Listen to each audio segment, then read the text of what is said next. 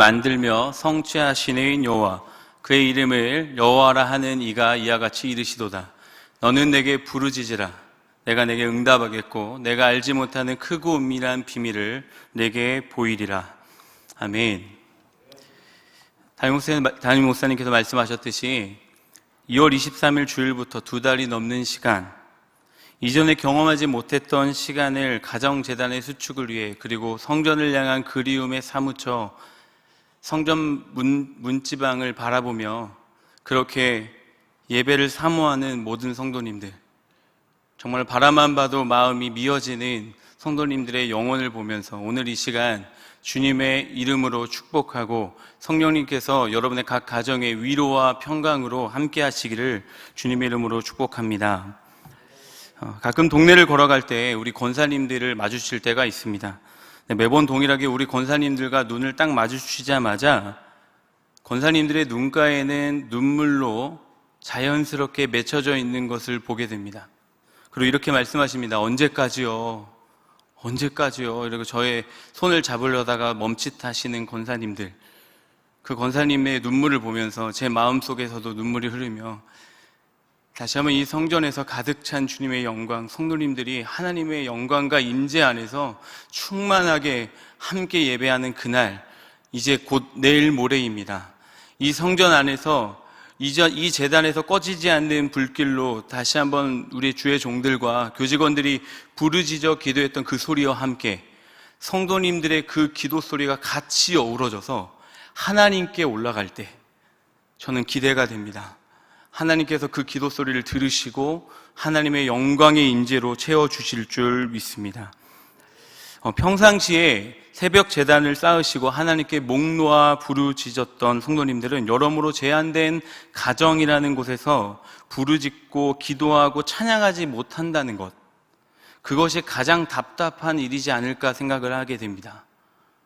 안 그래도 제한이 되지 않겠습니까? 그 밤에 오늘 이 시간에도 함께 찬양하고 부르짖자 주여 외치자고 해도 어떤 모습일까요? 옆방, 밑에 아파트 살면 더욱 그러겠죠. 주택가도 마찬가지입니다. 이 시간대 주여 크게 외치는 거 굉장히 힘들겠죠. 그래서 안에서부터는 멈춰 있으나 부르짖고 싶으나 입으로는 하지 못하는 시간들을 여러분들 보내고 있었을 것입니다. 이제 여러 방책을 가지고 담임 목사님께서 말씀하신 것처럼 내일 모레 이곳에서 온라인과 그리고 성전 예배가 동시에 하나님께 드려지게 됩니다. 나의 하나님께 나의 소리로 성전을 향한 그리움이 사무졌던 부르짖었던 그 기도 소리, 예배의 그 함성 소리를 내일 모레 하나님께서 받으실 만한, 흠양할 만한 그런 소리로 하나님께서 받으실 예배, 받으실 기도 소리가 울려 퍼지기를 간절히 소망하며 사모하며 기다리고 있겠습니다. A.W. 토저 책에 하나님을 추구하라 라는 토저의 책에서 그때 당시의 시대를 이렇게 영적으로 통찰했습니다. 정말로 오늘의 이 시대를 그대로 대변한 글인 것 같아서 잠깐 짧은 글귀를 읽어드립니다. 온통 어둠이 편만한 이 시대에 기운을 북돋우는 한 줄기 빛이 비치고 있습니다. 신앙생활을 하면서 하나님을 점점 더 갈망하는 이들의 수가 보수 기독교 안에 늘고 있다는 것입니다. 그들은 영적인 실제를 열망합니다. 말만 듣고 뒤로 물러나지 않으며 진리의 정확한 해석만 듣는데 만족하지 않습니다. 하나님 자신을 목말라 하며 생수의 샘에서 흠뻑 마실 때까지 만족하지 않습니다. 이것이 제가 신앙의 지평선에서 탐지해낼 수 있는 부흥의 유일한 조짐입니다. 1948년도에 쓰여진 책입니다. 약 70년 전의 책인데요, 오늘날의 우리의 시대를 그대로 관통하고 있는 심오한 영적 통찰이지 않습니까? 온통 어둠이 편만한 시대에 한 줄기 빛이 났답니다. 그 한 줄기 빛은 그것은 다름이 아니라 하나님 그 존재 자체를 열망하고 갈망하는 그리스도인들이 곳곳마다 일어나고 있다는 것입니다.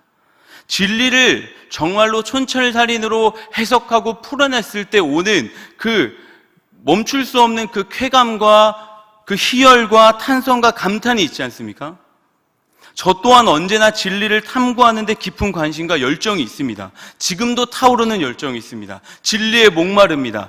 어떻게 하면 올바른 해석을 할 수 있을지 연구하기 시작합니다. 책을 봅니다. 탐독합니다. 그랬을 때, 깨우쳤을 때, 진리가 해석되었을 때 오는 그 희열은, 이거는 누구하고 어떻게 견줄 수 없는 희열입니다. 그런데 토저는 그것에 머물지 말라라는 것입니다. 그것보다 더 중요한 것은 하나님 존재 자체를 대체할 수 없는, 진리가 해석이 됐다고 만족하지 말라고 하나님 존재 자체를 열망하라는 토저의 말을 오늘은 기억했으면 좋겠습니다. 어둠이 편만한 이 시대에 한 줄기의 빛이 비쳤습니다. 하나님 자신을 목말라하며 생수의 샘에서 끊임없이 영위하기를 원하는 열망, 갈망이 있는 그리스도인, 우리 시내가 푸른나무 교회 성도님들과 우리 교직원 모두가 이러한 그리스도인 되기를 주님의 이름으로 간절히 소망합니다. 중요한 것은 나는 하나님을 목말라 하고 있는가라는 것입니다. 굉장히 중요한 질문입니다. 여러분들은 하나님을 목말라 하고 있으십니까? 오늘 읽으신 말씀은 라만네이에서의 삼손과 그리고 에나꼴에서의 삼손, 이 두 가지의 모습을 극명하게 시간차가 없이 그렇게 한 사건 안에 보여주고 있습니다. 오늘 읽지는 않았지만 삼손의 이야기는요, 사사기 13장에서 16장까지 사사기에서 가장 많은 분량을 할애하고 있습니다. 삼손의 출생 자체가 하나님의 나시린으로서의 부르심, 이스라엘을 블레셋에서 구원시킬 하나님의 사사, 이 부르심 앞에 삼손은 서 있습니다. 그런데 삼손은 그 부르심 앞에 부응하는 삶을 제대로 살아가지 못하는 모습을 보여주고 있습니다. 사명을 이루기 위함이라고는 하지만 너무나 위험한 행동을 자행합니다. 블레셋 딥나로 가서 아리따운 여인을 취해서 결혼하게 됩니다. 부모의 근심을 샀습니다. 그러고서 삼손이 이렇게 말합니다. 본문에 보면 블레셋을 구원하기 위해서 내가 온 것을 어머니의 아버지는 모를 거야. 나는 그를 위해 갔어. 하지만 그것이 여러 가지로 삼손을 공경에 처하게 하는 문제였습니다. 여기서부터 삼손의 인생은 꼬이기 시작합니다. 이미 이스라엘과 블레셋과의 관계는 적대 관계였습니다.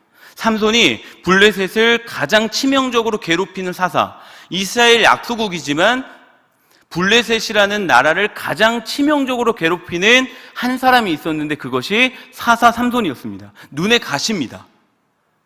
그러니까 15장에서 삼손이 아내에게로 찾아가서 아내를 보기를 원했거든요. 여기서 보기를 원했다는 것은 부부 생활을 하기 위해서 찾아간 거예요. 신혼부부예요.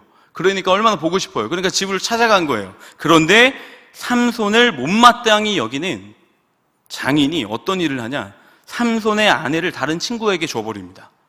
그리고 삼손하고 만나서 이렇게 얘기해요. 그 아내의 동생이 더 아름답지 않냐? 동생을 대신하여 아내하면 되지 않냐?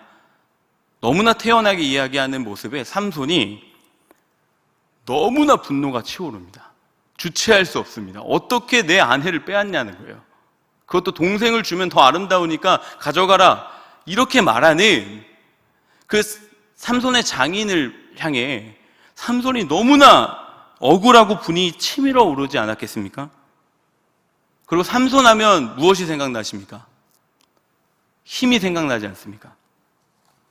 화가 난 삼손이 여우 300마리를 붙들어서 꼬리와 꼬리에 회를 달고 불을 붙여서 블레셋 사람들의 곡식밭에 몰고 갑니다. 그래서 곡식단과 아직 배지 않는 곡식과 포도원과 그 감람나무를 불살라 버립니다.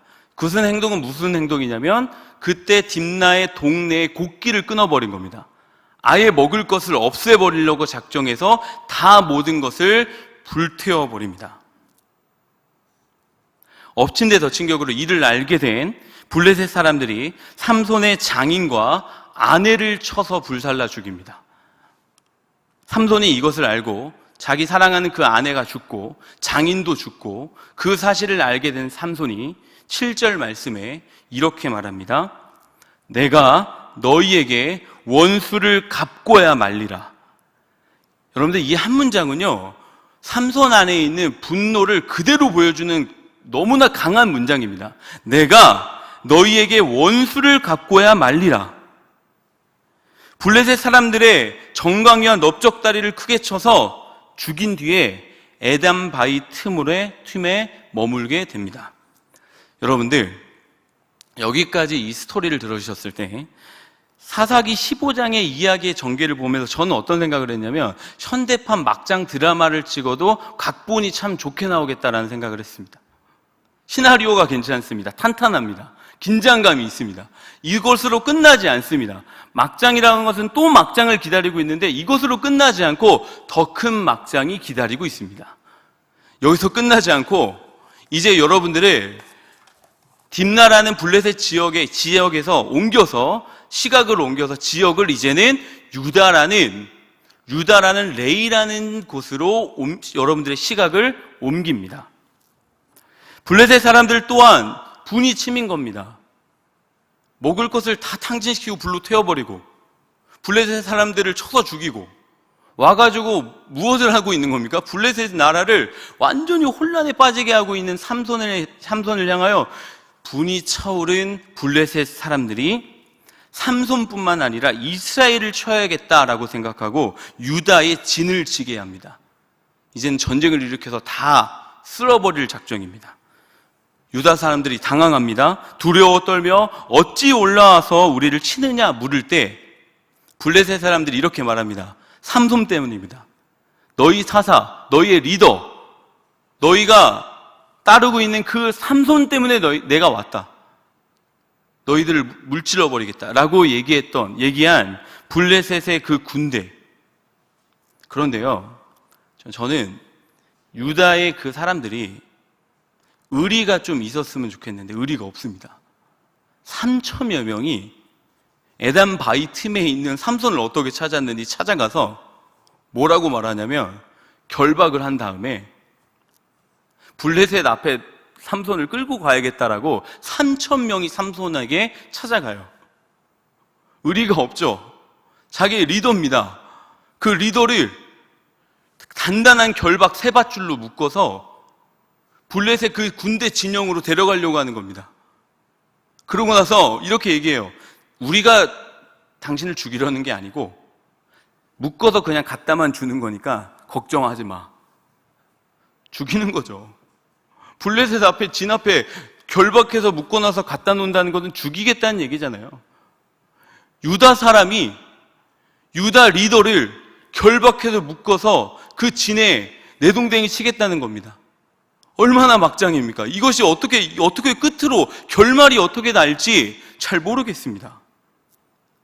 삼손이 결박되어 블레셋 군대가 진친 레이에 도착했을 때 삼손에게 여호와의 영이 갑자기 임합니다. 삼손을 묶고 있던 그 단단한 밧줄이 불탄 삼과 같이 손에서 떨어지게 됩니다. 여러분 상상해 보세요. 거의 300영화 같은 것을 상상하면 좋을 것 같습니다. 전쟁터입니다. 유다와 블레셋 군대가 진치고 있어요. 근데 삼손이 한가운데 덩그러니 결박된 상태로 내던져집니다.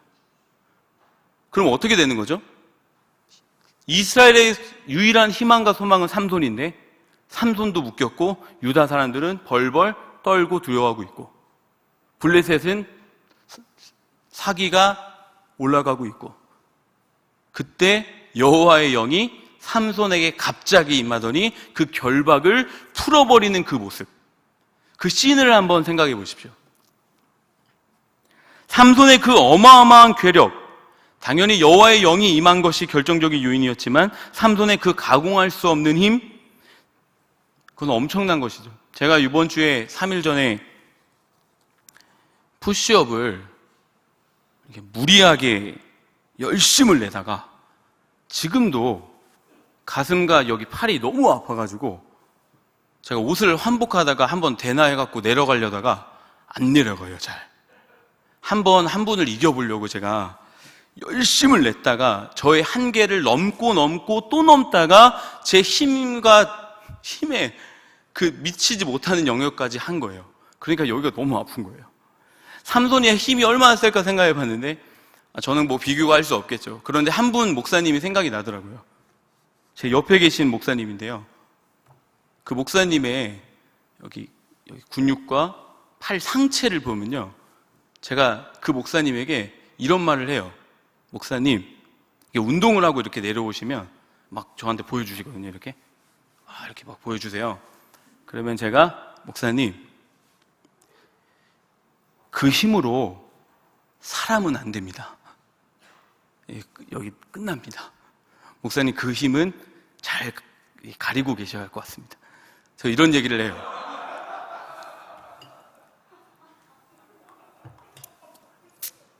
자, 삼손의 이 스토리를 보면서 저는 왜 이신영 목사님이 생각이 나는지, 그 힘으로 블레셋을 그렇게 물찔릴 것 같은 그 힘이 느껴지거든요.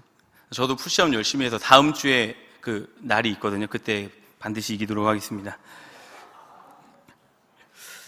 오늘 삼손은 화가 머리끝까지 차오른 상태였거든요. 묶었던 밧줄을 풀어버리고 나서 끝나지 않았어요. 그 모습도 너무 멋있는데, 나귀 세턱뼈를 집어들어서 블레셋 사람 1000명을 순식간에 죽여버립니다. 이게 바로 영화의 그 클라이막스 아닙니까? 저는 사실 이 14, 15장을 영화로 만들면 참 재밌겠다라는 생각을 본문을 쭉쭉 보면서 연구하면서도 생각을 하게 됐거든요. 1000명을 나귀 턱뼈로, 세턱뼈로 다 물질러 버립니다. 전세가 역전되었습니다. 어떻게 보면 이 모습을 봤을 때 여호와의 영이 임했죠. 그리고 이스라엘을 블레셋에서 구원해야 하는 사사의 부르심에 부합한 사명을 충분히 감당했다고도 볼 수 있습니다. 쉽게 말하면 사역의 열매가 분명하게 나타나 보여졌다는 것이죠. 그런데 여기서 삼손의 고백에 우리는 주목할 필요가 있습니다. 이제부터 이 말씀에 삼손의 모습이 어떻게 성경은 비춰주고 있는지, 겉으로 보여지는 이런 스토리에 성경이 그렇게 머물러 있지 않습니다. 여기 안에는 엄청난 메시지가 숨어져 있습니다. 삼손이 그렇게 나귀 세턱뼈로 1000명을 죽이고 16, 17절 말씀에 이렇게 말합니다. 우리 한 목소리로 읽어보겠습니다. 시작. 두더미를 쌓았으며 나귀의 턱뼈로 내가 1000명을 죽였도다 하니라. 그가 말을 마치고 턱뼈를 자기 손으로 내던지고 그것을 라만레이라 이름하였더라. 여러분들, 어떤 행동이죠? 자신의 공적비, 자신의 힘을 기념하기 위한 탑을 쌓기 시작했다는 겁니다. 힘주어 말해요. 삼손은 내가 1000명을 죽였도다. 내가 이 고백 속에 하나님은 존재하지 않습니다. 한 더미 한 더미를 쌓아 올릴 때의 삼손의 모습을 생각해 보십시오. 얼마나 의기양양했을까요? 그 탑을 쌓고 이름까지 본인이 짓죠. 레이라는 이름이 있는데도 라만 레이, 턱뼈의 산이라는 이름까지 지읍니다. 자신의 의가 쌓여져 있는 기념비, 자신의 공적을 자랑하고 싶은 그 높은 산, 라만네입니다. 하나님이 없는 곳입니다. 우리에게는, 우리 안에는 이 라만네이가 없을까요? 자신도 모르게 우리 안에 이미 우리 사역의 공적이 쌓여져 있지는 않을까요? 그 누구나 예외는 될 수 없을 거라 생각합니다. 이 영역에서 그 누구도 자유하지 못하죠. 내가 스스로 세워야지라고 의지적으로 쌓을 때도 있지만, 내가 의도하지 않아도 무의식 속에서는 쌓여지고 있는 이 지긋지긋한 라만네이는 저와 여러분들 안에 끊임없는 전쟁터 안에 존재하고 있습니다. 이 라만네이에 여러분들이 머물고 있다면 우리는 하나님을 누릴 수가 없습니다. 하나님은 라만네이에서 활동하지 않으십니다. 나의 자신의 열심만 남는 곳입니다. 자신에 대하여 의기양양했던 삼손, 그 삼손이 곧바로 그렇게 의기양양하고 자신감이 충전하고 사역을 내가 이뤘다, 내가 이렇게 사역을 이뤘어 당당하게 외쳤던 삼손이 곧바로 18절 말씀에 이렇게 삼손이 울부짖습니다. 삼손이 심히 목말라 여호와께 부르짖어 이르되 주께서 종의 손을 통하여 이 큰 구원을 베푸셨사오나 내가 이제 목말라 죽어서 할례 받지 못한 자들의 손에 떨어지겠나이다. 부르심에 의한 사명을 다한 후에 삼손의 모습은 처량하기 그지없습니다. 의기양양했고 낙이 턱뼈로 1000명을 쳐 죽인 그 강인함은 온데간데 찾아볼 수가 없습니다. 좀 전에 말씀드렸듯이 지금 라만네이에서의 승전보는 겉으로는 보기에는 사사의 부르심에 부합한 사명의 모습으로 보일 수 있지만 그 열매 또한 화려하게 남아 있었지만 그곳에는 하나님이 없었습니다.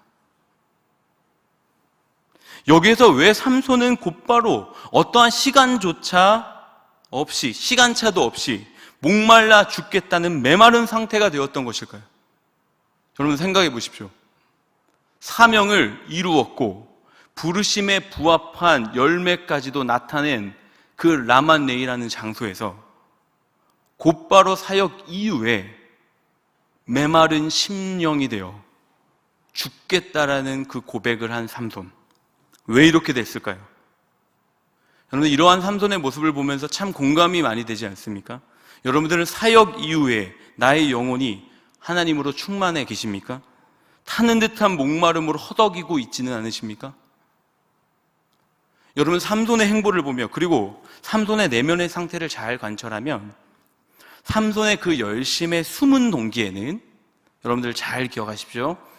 삼손 안에 열심 안에 숨어져 있는 동기에는 블레셋을 향한 하나님의 순전한 의분만이 있는 것이 아니라 그 안에는 아내를 빼앗긴 장인에 대한 분노가 섞여져 있었다는 것입니다.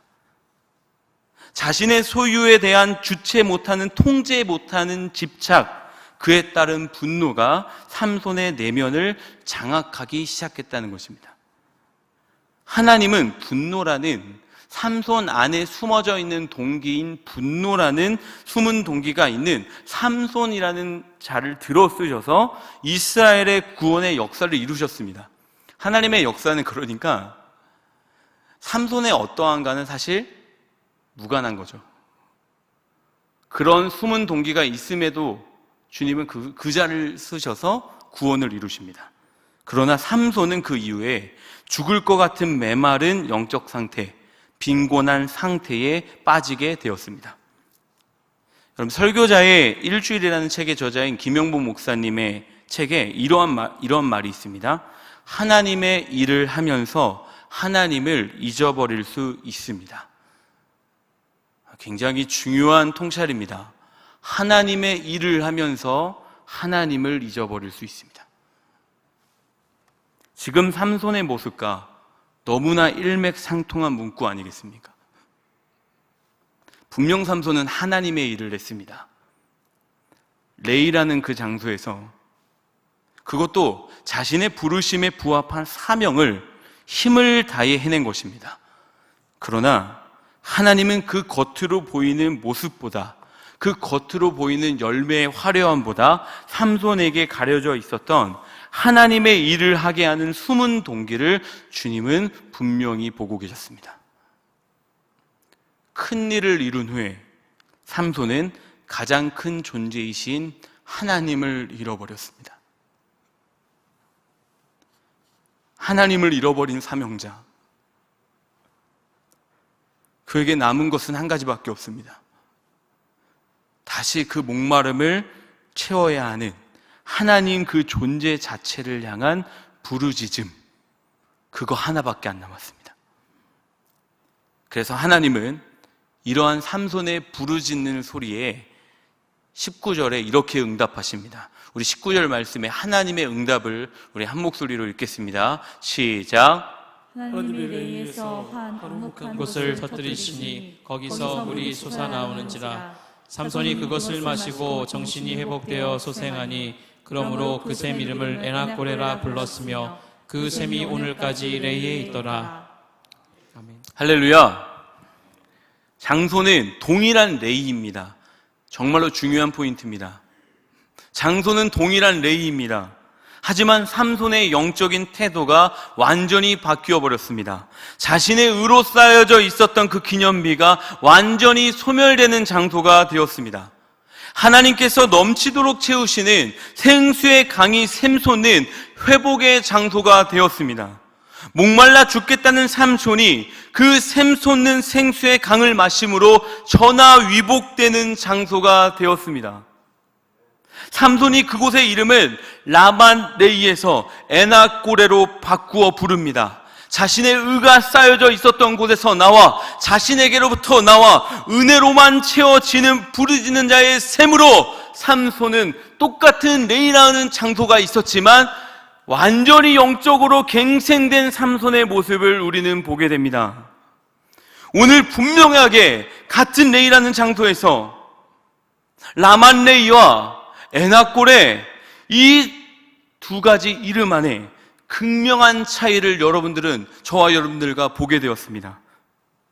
먼저 우리 안에 점검해야 할 것은 라만레이와 에나꼴레라는 두 가지의 현상이 동시에 우리 안에 있다라는 것을 인정해야 합니다. 우리 안에는 이 두 가지가 같이 있습니다. 무엇이 우리를 지배하고 있습니까? 여러분의 가정에는 무엇이 기념으로 세워져 있습니까? 성경은 분명하게 저와 여러분들에게 말합니다. 인간은 자신을 드러내고 기념하고 알아주기를 은근히 바라는 기본값이 설정되어 있다라고 성경은 말합니다. 이를 스스로 제어하기에는 인간 스스로는 불가능하다라고 성경은 말합니다. 그래서 하나님은 이러한 인간에게 자신에서 벗어나 하나님의 은혜를 기념하게 하는 은혜의 장치들을 우리에게 주셨습니다. 구약 성경에서 왜 그토록 유월절을 지키게 했는가 여러분들 한번 생각해 봤습니까?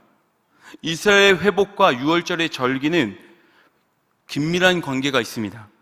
유월절을 성대하게 드려졌을 때는 이스라엘의 영적인 부흥기였습니다. 구약 성경을 잘 보십시오. 유월절을 성대하게 하나님께 드려졌을 때는 이스라엘이 가장 영적으로 부흥할 때였습니다. 왜 이게 부흥일까요?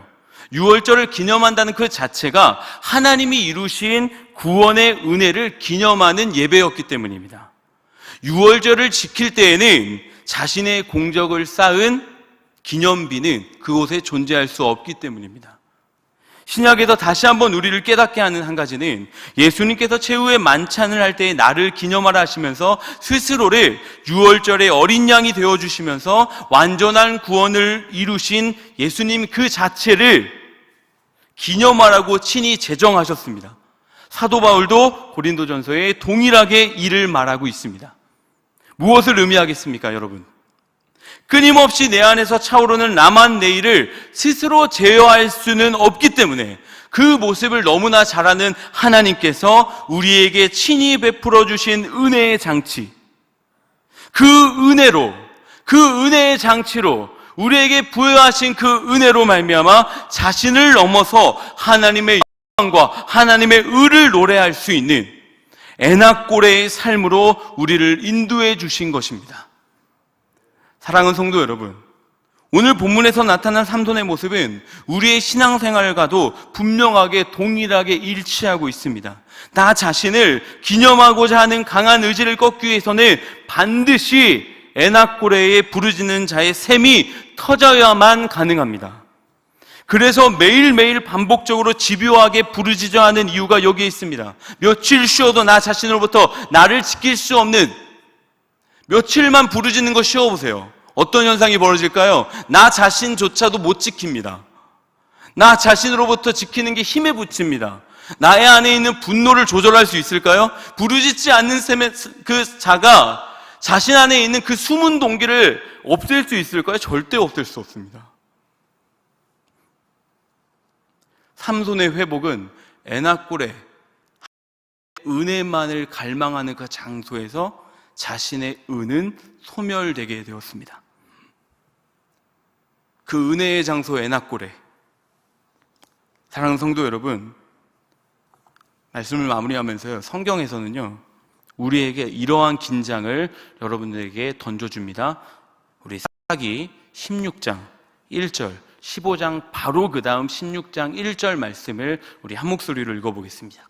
시작. 삼손이 가사에 가서 거기서 한 기생을 보고 그에게로 들어갔더니 여러분들, 라만레이에서 에나꼬레에 부르짖는 자의 샘이 터졌는데요, 회복을 맛본 삼손이 바로 16장 1절에 어디로 갑니까? 가사에 가서 한 기생을 보고 그에게로 들어갑니다.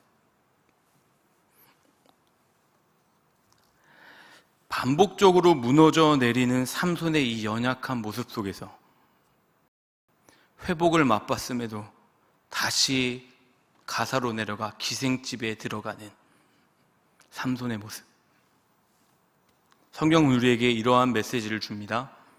삼손의 모습이 나의 모습이다. 삼손의 모습이 너희의 모습이다. 내가 오늘 부르짖어 기도해야지 라는 다짐으로 며칠은 부르짖어 기도할 수 있습니다. 하지만 매일은 쉽지 않습니다. 매일이란, 매일 부르짖는 삶이란 내 몸이 자연스럽게 부르짖음에 반응하게 되는, 즉 우리의 몸에 영혼의 부르짖는 기도가 체득화되는 그 시간은 다소 오랜 훈련의 시간이 필요합니다. 삼손이 회복될 수 있었던 이유는 하나님의 전적인 은혜였지만 삼손의 역할이 있었습니다. 내 자신이 지금 타는 듯한 메마른 상태라는 영적인 정직한 자각이 있었다는 겁니다. 내가 지금 목마르다, 내 영혼이 메말랐다 라는 영적인 자각이 회복의 시작이었습니다. 나 지금 상태 괜찮아, 나 영적으로 은혜도 받고 있어, 나 영적인 상태 괜찮거든 라고 생각하는 것이 위기입니다. 성경은 우리에게 말합니다. 그런즉 선줄로 생각하는 자는 넘어질까 조심하라. 삼손은 조심했어야 합니다. 에나꼬레의 샘에서 부르짖는 자의 샘이 터졌을 때 얼마나 기쁩니까? 회복인데 얼마 만에 만나는 그 부르짖는 자의 샘의 회복입니까? 우리 성도님들도 그것을 맛보기 위해서 성전을 오는 거 아닙니까?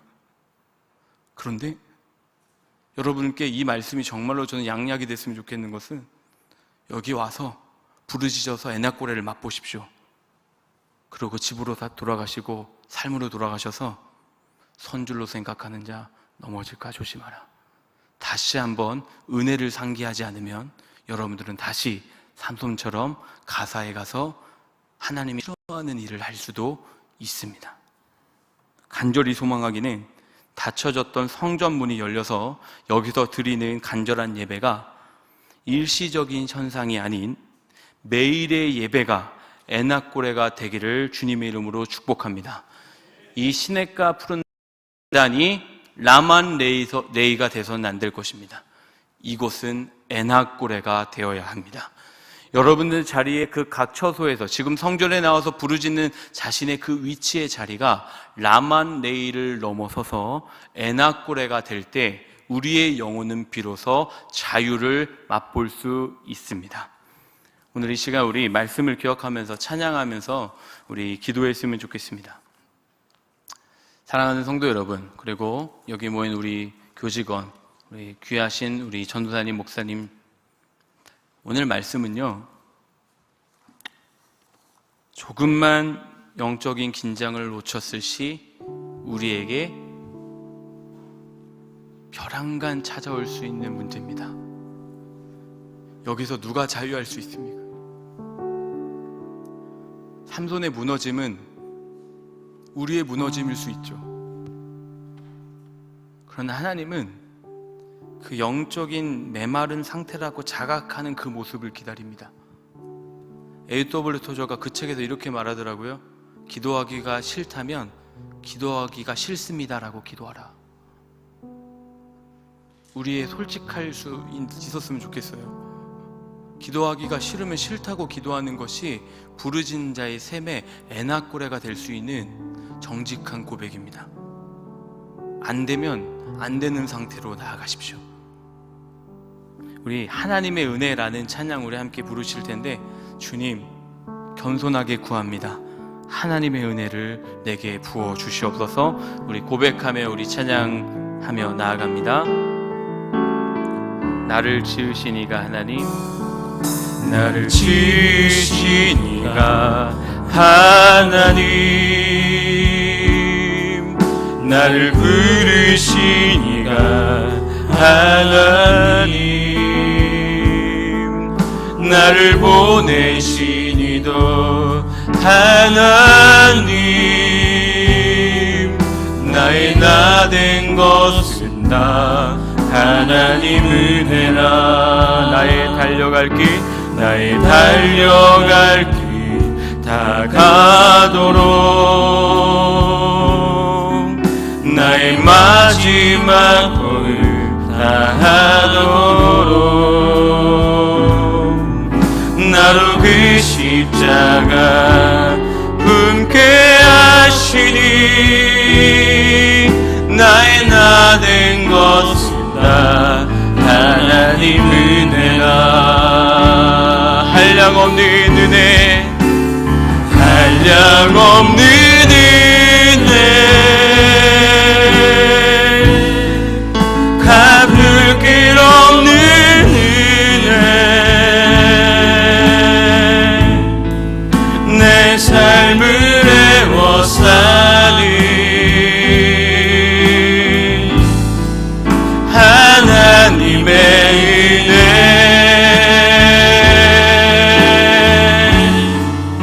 나 주저함 없이 그 땅을 밟음도 나를 붙드시는 하나님의 은혜. 우리 처음부터 고백할까요? 나를 지으시가 하나님,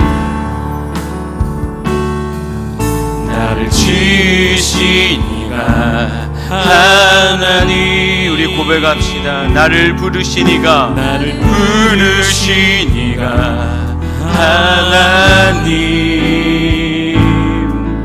나를 보내시니도 하나님, 나의 나 된 것을 하나님의 은혜라. 하나님 은혜라. 나의 달려갈 길, 나의 달려갈 길 다 가도록, 나의 마지막 걸음 다 하도록, 나로 그 십자가 품게 하시니, 나의 나 된 것은, 나의 나 된 것은 하나님 은혜라. 한량없는 은혜, 한량없는 은혜, 갚을 길 없는 은혜, 내 삶을 애워싸는 하나님의 은혜, 하나님의 은혜, 나 주저함 없이, 나 주저함 없이 그 땅을 밟음도 나를 붙드시는 하나님의 은혜, 하나님의 은혜, 한량없는 은혜, 갚을 길 없는 은혜, 한량없는 은혜,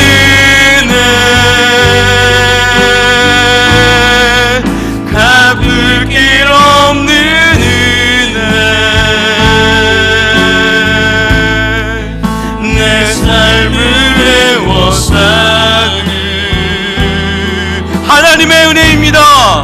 하나님의 은혜, 나 주저함